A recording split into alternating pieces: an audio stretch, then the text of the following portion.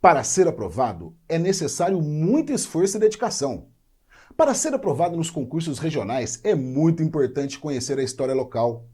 Muito prazer, eu sou o professor Sérgio Henrique e embarque comigo para conhecer os 3 principais tópicos que certamente serão cobrados na sua prova do concurso da Polícia Militar do Estado do Paraná. Então, não perca essa oportunidade, venha comigo, vamos conhecer esses assuntos fantásticos para sua aprovação. Aposta 1. A emancipação política do Estado do Paraná. Desde o século XVI, o povoamento foi bastante rarefeito. Os primeiros núcleos foram ao redor da ilha de Cotingua, Baía de Paranaguá, até que os caras mineradores, procurando faiscações, ou seja, o ouro de aluvião, subiram as escarpas denuvianas da Serra do Mar e chegaram a explorar, inclusive, faiscações de ouro e diamante nas proximidades de Curitiba. Esse período causou grande expectativa nos portugueses, dado que os espanhóis já tinham encontrado muitas riquezas em suas colônias. Mas essa duração foi muito breve, O ouro em pouco tempo se esgotou.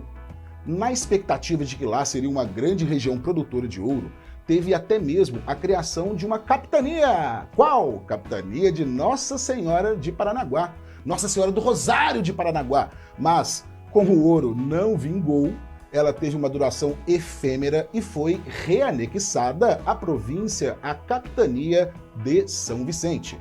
Depois, no contexto da vinda da família real para o Brasil, em 1808 começaram as discussões sobre a emancipação política da província do Paraná. Em 1821, é datado a época do primeiro movimento emancipacionista do Estado, Ou seja, protocolaram pedidos formais de emancipação da província que queria se separar de São Vicente. De fato, ela só aconteceu no ano de 1853. Guarde esse ano.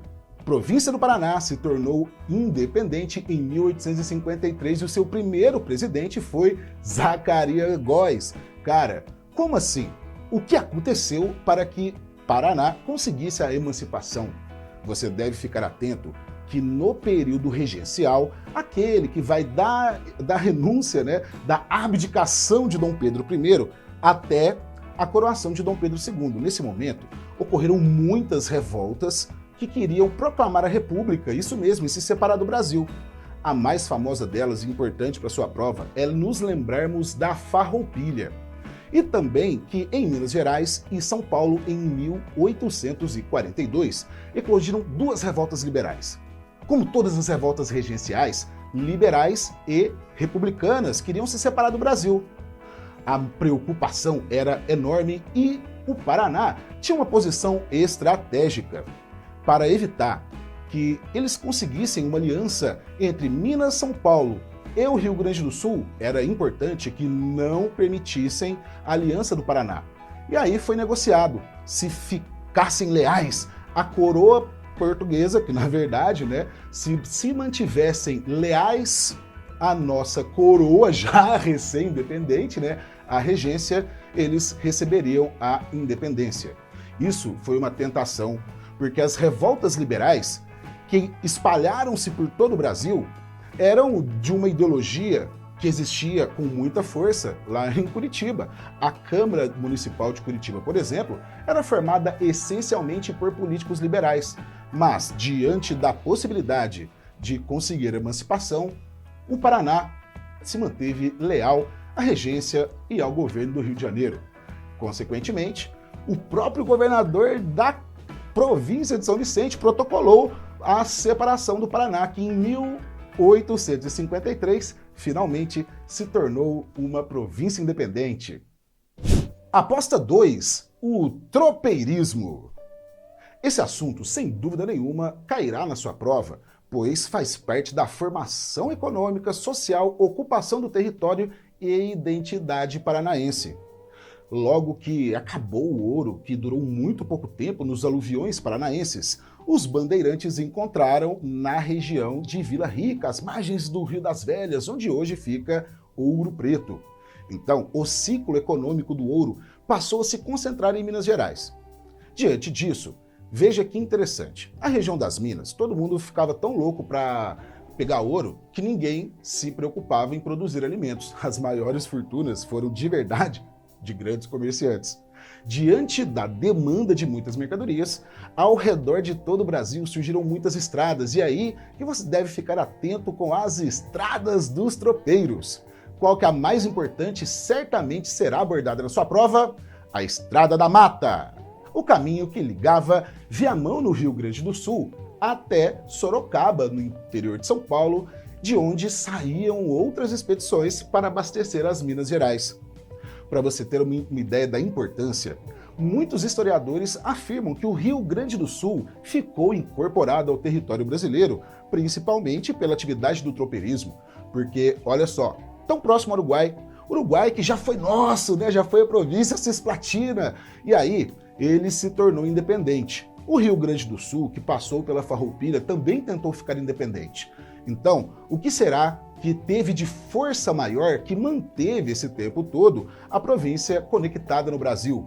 Sem dúvida nenhuma, foram as transformações provocadas por essa atividade econômica, porque, pessoal, gaúchos criavam gado e levavam para vender no interior de Minas. A economia, as trocas eram feitas entre os tropeiros gaúchos, os donos das tropas, e o mercado interno brasileiro. A população falava essencialmente português, e claro que isso foi determinante para a incorporação dos territórios do Sul na nossa nação.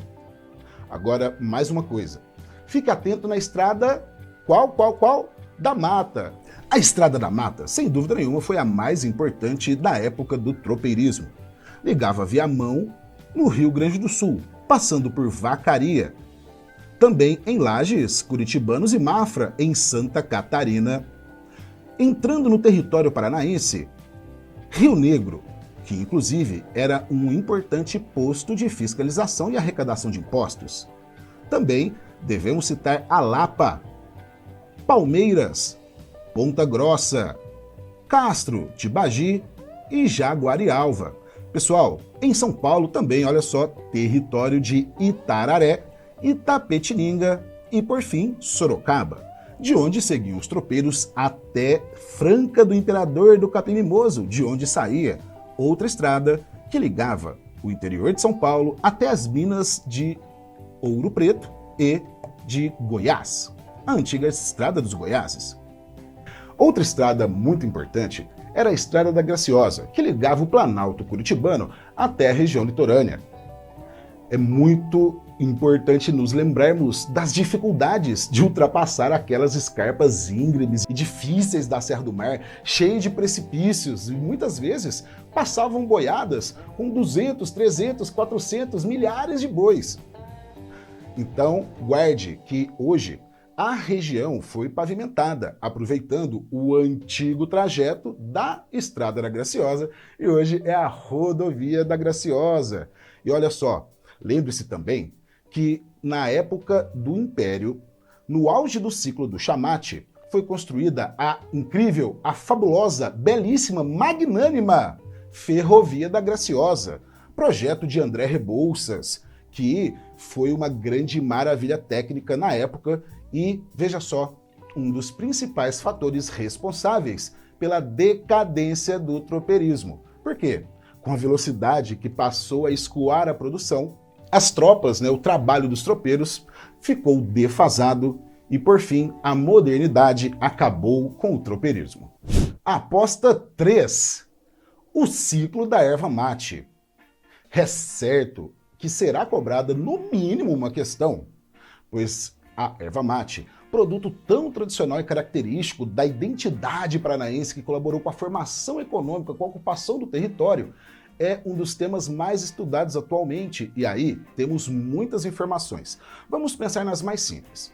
Primeiro, a historicidade da erva mate. Desde a época pré-cabralina, os indígenas guaranis usavam a erva, que foi proibida por algum tempo pelos padres jesuítas, porque os indígenas atribuíam poderes, que dava força, mas a proibição não vingou, e as missões jesuíticas instaladas no oeste do Paraná, como Guairá, lembre-se, a Ciudad Real de Guairá e a missão jesuítica de Guairá eram espanholas. Então, Depois de muito tempo, no século XIX, a erva mate começou a ser produzida cada vez mais, em larga escala, e abasteciam os empresários paranaenses não só o nosso mercado interno, mas também toda a região platina. Abasteciam Uruguai, Argentina, também Paraguai e até mesmo o Chile, todos lugares que tradicionalmente utilizam a erva mate. Durante a Guerra do Paraguai, a produção brasileira ela explodiu e foi muito beneficiado o estado do Paraná, porque existem muitos herbais nativos no território inteiro. Então, como nas regiões em que ocorreram as batalhas da Guerra do Paraguai eram também produtoras, eram regiões dos herbais nativos, lembre-se dos herbais nativos, o Paraná foi o único estado que teve condições de manter a atividade extrativista e também processar e industrializar o chamate nos engenhos de mate que se desenvolveram na região de Curitiba.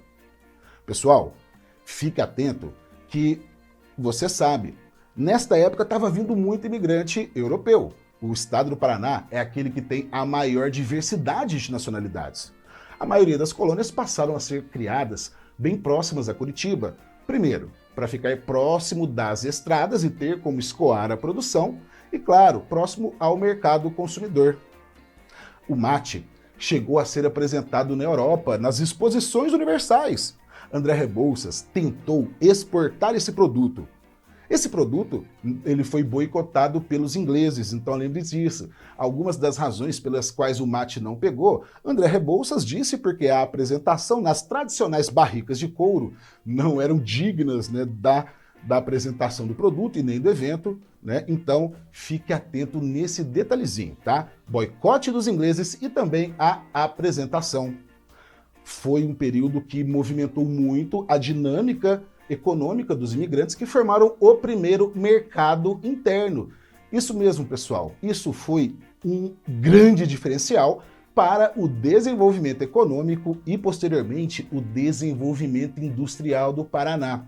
O ciclo do chamate, associado à formação de um mercado interno da mão de obra livre migrante, formou, né, uma dinâmica que permitiu a formação de nossa industrialização. A modernização era representada pelas ferrovias e, posteriormente, com as indústrias de processamento do mate, que acabou o ciclo quando? Início do século XX.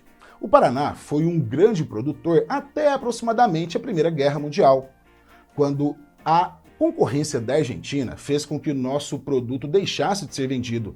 Eles desenvolveram um método de plantation de erva mate. O preço ficou muito menor e, dada a dificuldade da concorrência, que era um produto barato e de boa qualidade, cada vez mais diminuíram as exportações do mate paranaense. Mas o Estado não passou por dificuldades não, porque toda aquela infraestrutura ferroviária da modernização promovida pelo ciclo do chamate e no norte pioneiro pelo ciclo do café, colaboraram para o desenvolvimento das grandes madeireiras. E acaba o ciclo do chamate e começa o ciclo da madeira, que foi o momento em que realmente o Estado teve suas fronteiras consolidadas. Lembre-se também que o ciclo da madeira foi a época que aconteceu aquela guerra, a Guerra do Contestado. Isso mesmo, chegou uma grande empresa, uma grande ferrovia, era a Lamber Madeireira, que ganhou a concessão de explorar toda a madeira e, em troca, construir uma ferrovia. Mas isso já é tema para outra aula. Então, se você gostou do conteúdo, vai lá, comente aqui, fale a sua opinião nos seus comentários, mencione quais são as dicas e os conteúdos que você gostaria de ter uma aula. Então é isso aí, pessoal. Não se esqueça, se inscreva no nosso canal e venha sempre no nosso Instagram ver as novidades, @Professor Sérgio Henrique. E agora, um grande abraço, bons estudos e foco no sucesso!